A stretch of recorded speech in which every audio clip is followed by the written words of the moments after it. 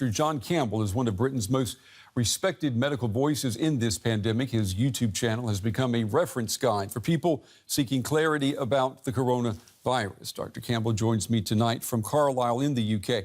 Dr. Campbell, it's good to see you again. We heard today from both the UK and Germany that Europe could very well be facing a second wave. You and I, we talked about this possibility several months ago, several times. You predicted it. Is it coming true? It's interesting that there's definitely an increase in cases pretty well throughout Europe.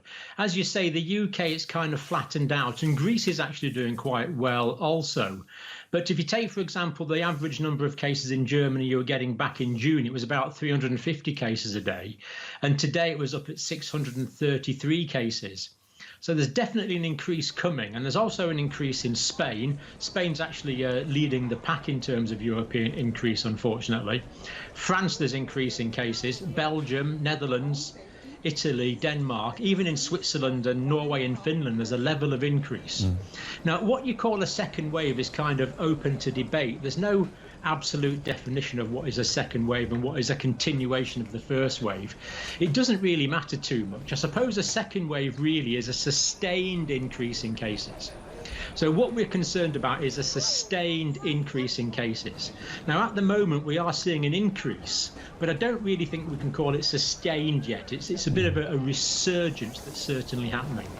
And as you know, as we've seen before, you start off with individual cases, then we get clusters, then we get community transmission. And I think what we're largely seeing in Germany, for example, at the moment is clusters. There's always a degree of community transmission, but it's largely clusters at the moment. So we've got this case of 150 harvest workers in Bavaria. That was a cluster, and now all 450 workers are quarantined. Meat processing plants are also quite at a high risk. There's been several clusters in those. This is largely because of migrant workers sleeping in the same accommodation and travelling to work together, working in fairly confined areas. There's been some problems in nursing homes and in asylum facilities as well as some religious events and some outdoor parties, which have actually started small clusters. So we are seeing an increase, but I don't think it's yet a sustained increase. And I'm actually pretty optimistic because the German authorities and European authorities now have greatly become so much more skilled at controlling this virus. We understand it so much better than we did in, say, January, February, March. Yeah, that's a good point. And we can trace contacts much better now. The testing's better now. So there's a lot of reasons for optimism, I think, Brent. The UK has imposed a quarantine on people returning from Spain. I want you to take a listen to what UK Prime Minister Boris Johnson said about that today. At the moment, we've got to stick with the guidance that we're giving. We've given the guidance now about Spain and about some other places around the world. I'm afraid if we do see signs of a second wave in other countries, it is really our job, our duty, to act swiftly and decisively to stop reinfecting, to stop that travellers coming back from those places seeding the disease here in the UK. And that quarantine decision, some would say it was unexpected, quick, decisive. Was it the right move? It was certainly unexpected. It was kind of dropped on people that were already in Spain, so they have to do a 14-day quarantine when they return home. Given that there's an increase in cases in Spain, overall, I think you have to say it's a fairly cautious move. Now, having said that, Spain is very much at the cluster stage as well now, although there's been quite an increase. But, for example, there's more cases in Aragon, Catalonia, Navarra areas of Spain, but very little in, for example, the islands, the Canary Islands or the Balearic Islands. So Britain's kind of put this blanket ban on Spain. And of course, the Spanish are very unhappy about this because so many people go on holiday from the UK to Spanish islands. And they're not really a problem at the moment. So it does seem a bit of a crude implement that the UK has put this blanket ban on all of Spain, rather than a smarter strategy, a more targeted strategy, which probably would be more appropriate. But it will work, but it just makes it so much more expensive if it's not so targeted. Yeah. You say we know a lot more today about the virus than we did when this pandemic began. And because of what happened here in Europe in March and in April, Shouldn't Europe be better prepared to combat and even prevent a second wave from happening? You know, Brent, I'm actually fairly optimistic about the rest of this summer in Europe because it's at two levels. The authorities understand better what's going on.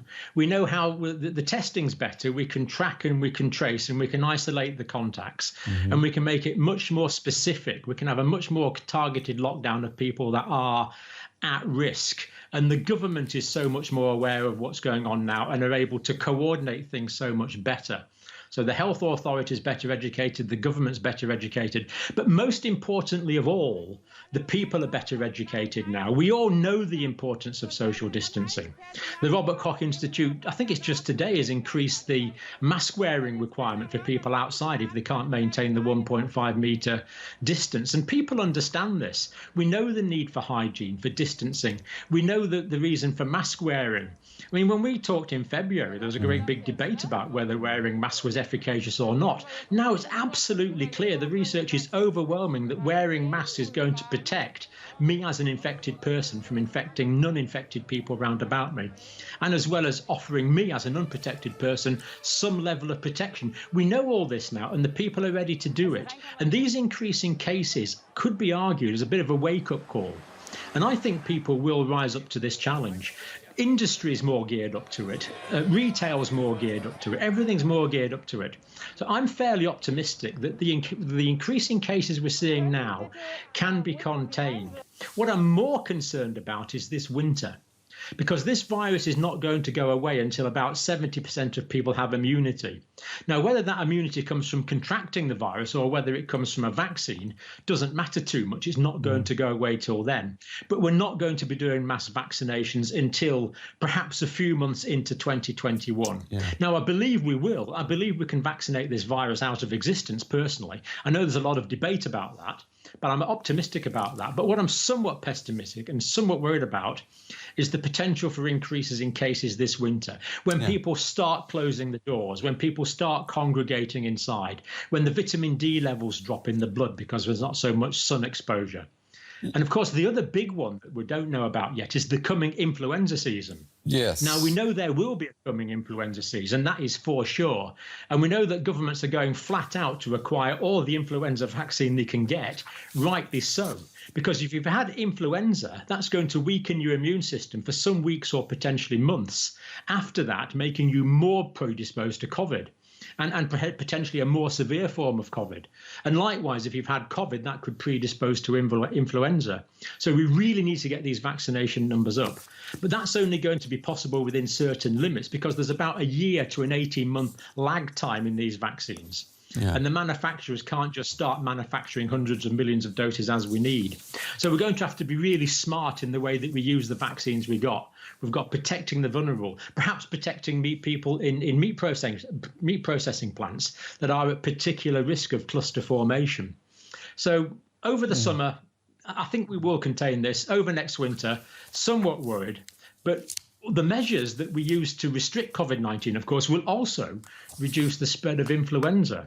So the winter's the unknown one, but up until then, I'm fairly happy this will be contained by the local expertise, as long as people go along with it. This is a matter for everyone in the country to take part in.